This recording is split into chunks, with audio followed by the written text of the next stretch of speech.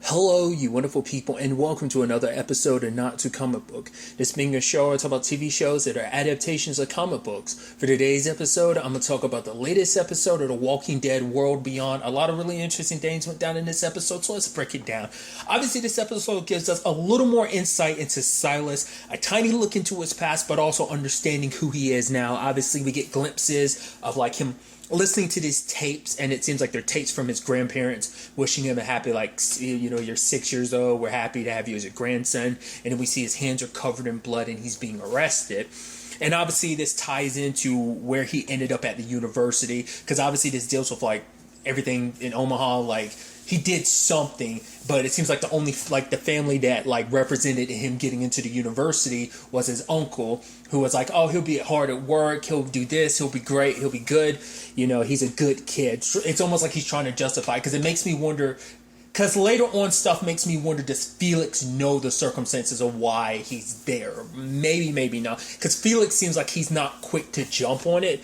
Huck is, but maybe it's also because Felix is everyone's got their baggage that they're not really willing to really talk about. But regardless, everyone, Elton,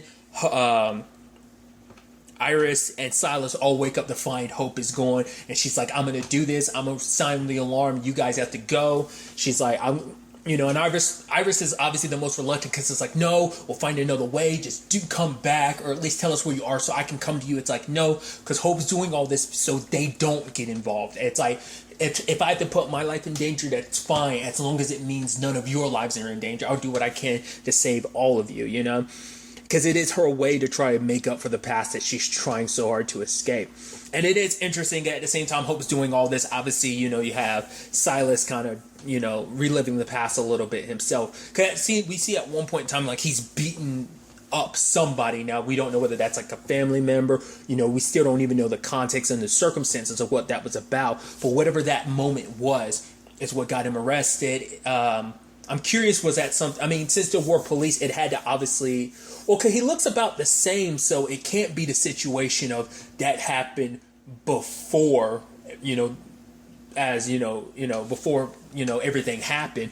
It seemed like that had to be after, but since there were cops, but to be fair, it's just like Rick was, in Alexandria, he played the role of a sheriff, because obviously that's what he used to be. So, I don't know. Because Silas looked exactly the same, and obviously, the sky fell 10 years ago, so you think he'd look a little bit younger than what he is. So that's why I'm assuming, it was a more recent situation, hence the whole... So that's what I just thought was kind of fascinating, because I would have assumed his issues might have stemmed further back, like Hope's do. But regardless... When the time came, Elton was like, oh, can you do it? And he was like, no, I'll just carry the bags because I'm stronger. But obviously, he eventually talks about it, because Iris is like, it's okay to be scared. He's like, I'm not scared of them.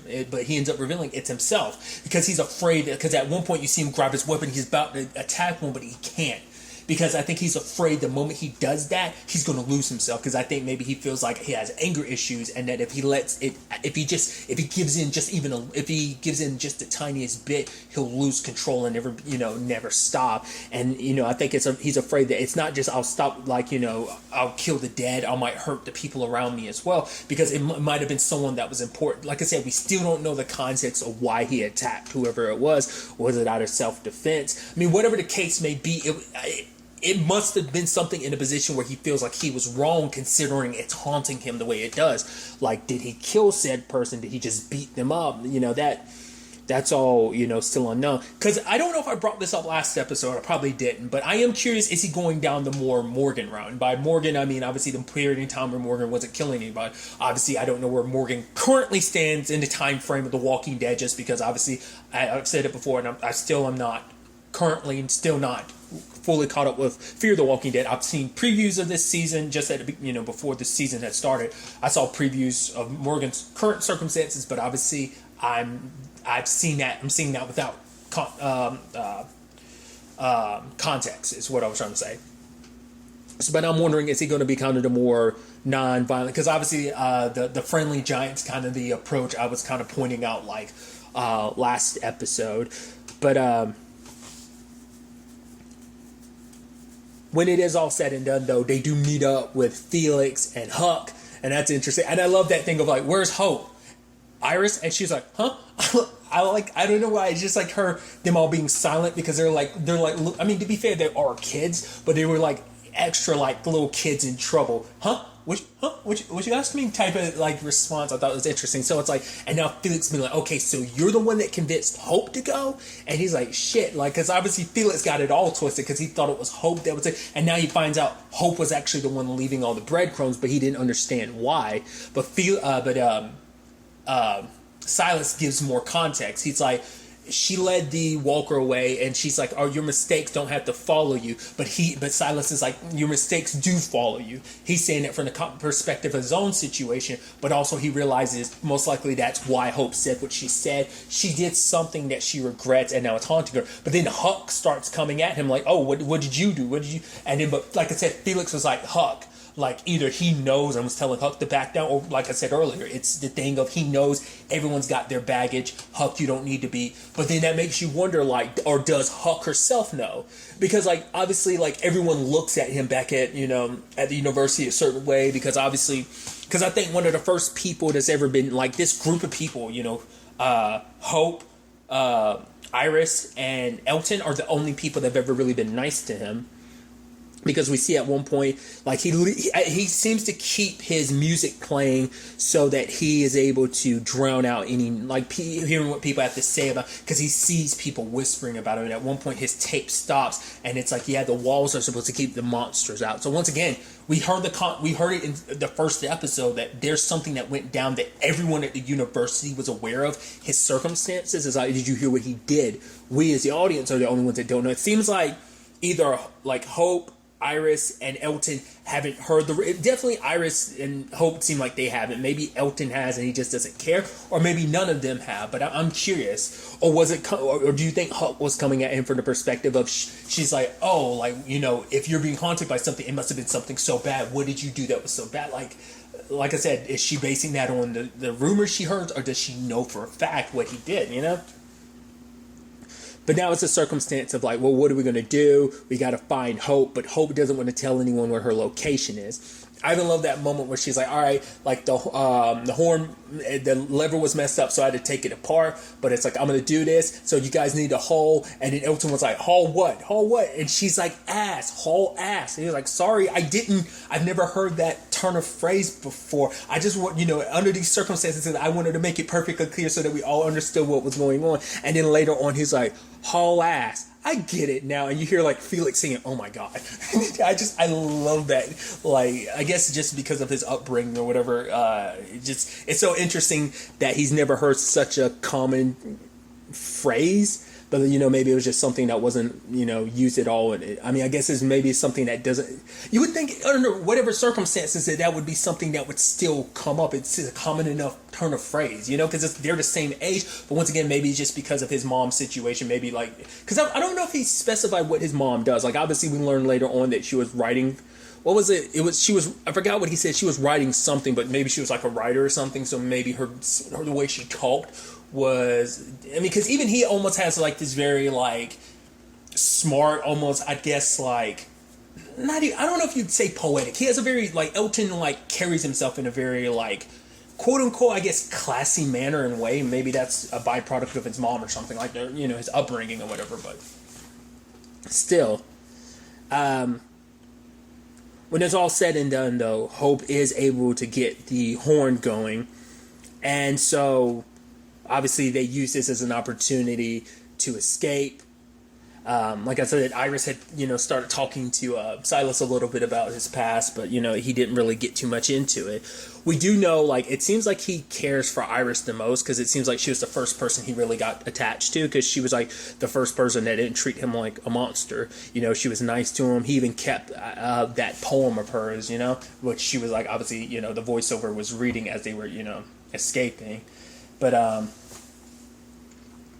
luckily, that circumstance didn't play out the way I thought it was, because I thought it was going to be a thing of like when Hope was in trouble, I thought it was going to be Silas to the rescue, kind of coming, dealing with whatever he was dealing with. But it was like, no, in fact, it was Iris. But I think it's actually better it was Iris, because for one, being there for her sister, like I will go to the ends of the earth to protect you.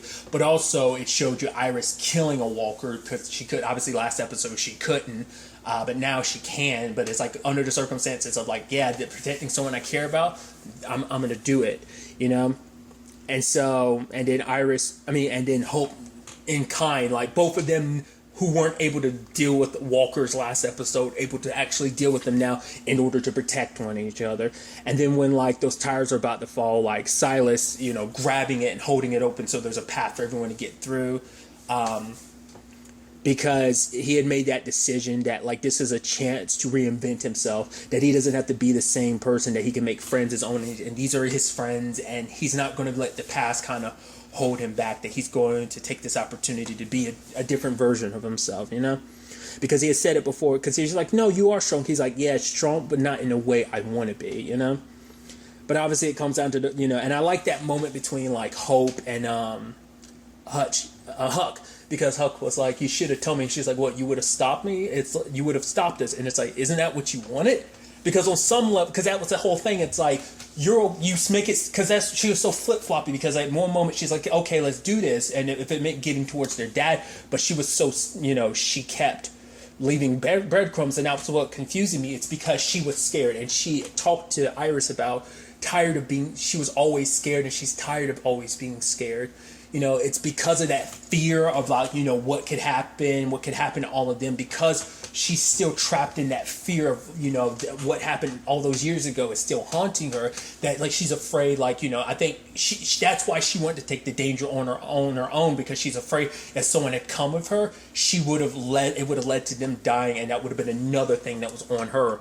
So, and it's interesting too, getting the context of hearing her talk about it out loud to Iris, that she doesn't blame the pregnant woman. Like, it's just like the woman was scared and she blames herself. She says, if I hadn't freaked out that lady, maybe she wouldn't have shot Mom. It's not just about killing the lady that weighs on her. She blames herself for her mom's death, because she's like, because I freaked that lady out, she killed Mom. And then I freaked out when the gun in my hand, because I had the gun in my hand, and because I panicked, I pulled the trigger and killed that lady, so, and Iris is like, you should have told me. She's like, I'm so sorry, but now, like, Hope doesn't have to bear that alone, because obviously Iris is like, I always felt like there was something you weren't telling me, and now that that's out in the open, obviously, so there's one other person that knows, but obviously Elton's still unaware, and neither is Hope or Iris aware that the world is small, in the sense that you would meet the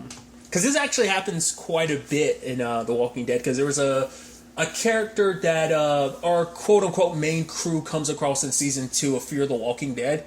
I'll go ahead, because it's long enough, but it's like the whole Alex situation, how that came back to kind of bite them in the ass. Granted, that was all Strand's situation, but obviously it came back to bite Travis in the ass, because Alex was like, oh, I want you, because that was like why, Jack and them knew all there was about everyone on the boat, even though Alicia only really talked to him about herself, but regardless, it's kind of a similar vein in that situation of like, because even the Telltale game does that, because obviously the whole thing is about the consequences, so much comes full circle in many different regards. Obviously, if you've never played that game, season 1 or in particular, I won't spoil it, but there's certain aspects of that come full circle because of choices that you make. They do come back in the best way, storytelling wise. Regardless, I'm going on a huge tangent. I feel like it's very it's a running theme in this universe, essentially, that it's a small world, that those things do come back around to you in some shape or form.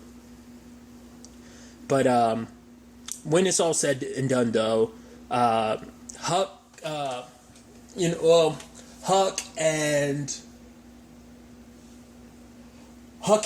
Felix are going to be their guys. They rather go to they go to Omaha, stock up, and then come back to the university.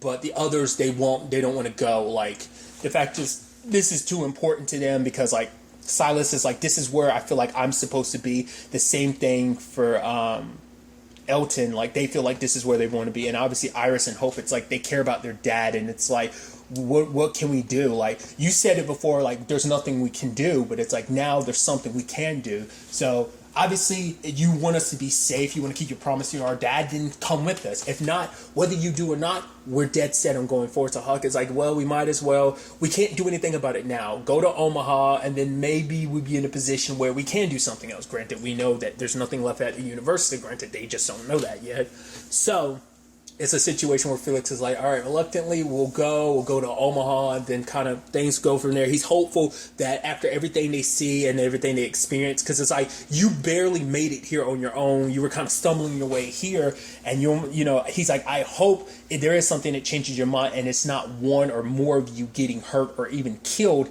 that does that. You know, I hope it's just you come to that conclusion on your own after what we experienced. But it's like, for then, I'm sticking with you guys. And like, we're also sorry that like yours and Will's jacket actually looks better on us. And Felix is like, nah, it still looks better on me and Will, you know?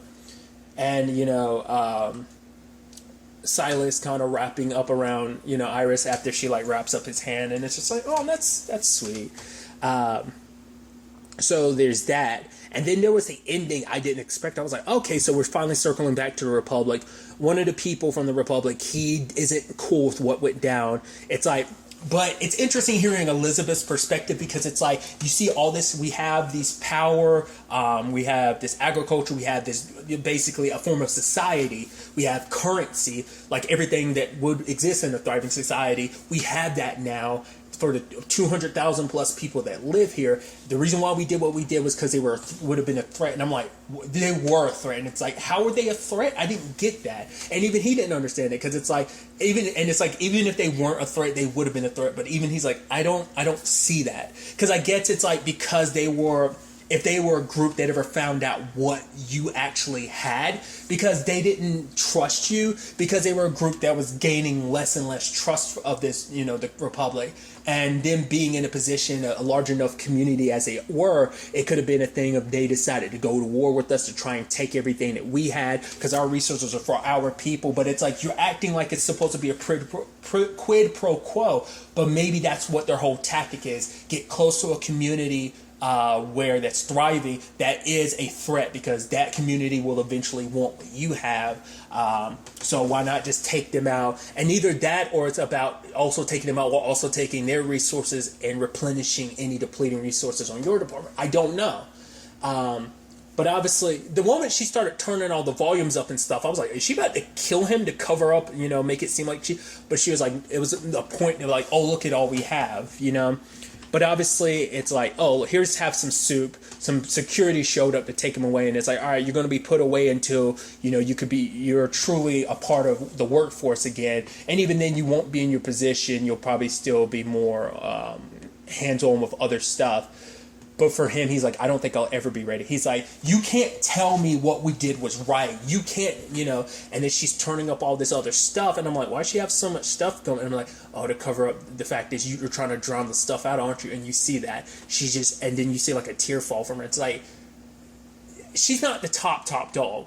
There are people above her, I'm sure, making those decisions. So she didn't feel well about that. But it's like, she is an authority that has to answer to another authority, like, you know, so she's a representative, so it's like there's a higher power that tells her what to do. So it doesn't sit well with what they did at the university, but it was kind of like a necessary, I guess they justify it as being a necessary evil, but even she questions what she did. I mean, because let's not forget, it's not like there were just men and women in there. There were children there as well. They killed everyone in that university, and it's like, how can you be okay with what you did? And it's like, she's not, but she has to keep up this front because this is probably her duty and her job to, you know, handle stuff like this. So whatever order she's given, she has to, you know, deal with them regardless, because it's not her choice. You know, she's a loyal soldier, I think is what that comes down to. So I think that's kind of interesting, because that gives us a little more insight into Elizabeth, that she isn't the cold-blooded person we think. That she can be cold-blooded, but it's not out of her own choice. But it's like, you still follow those orders regardless, whether or not you are obeying orders. You don't have to obey them, but it's like, if I don't obey them, someone else will. It's just the way their republic works, you know? So I think that's kind of some interesting insight, though. I'm curious to see ultimately where all of this takes us going forward into the next episode. Obviously, this whole situation with Silas, learning more about him. Obviously, once again, the whole Elton and Hope thing. How long it's going to be before, it probably won't be until they reach Omaha that they actually learn about what happened at the university, understanding more about this republic. I'm curious to see ultimately, where this all ends up taking us going forward into the next episode. But really, that's all I'm going to talk about. Till the next time we meet, be happy, be safe, live life to the fullest, and enjoy it. Good day and goodbye.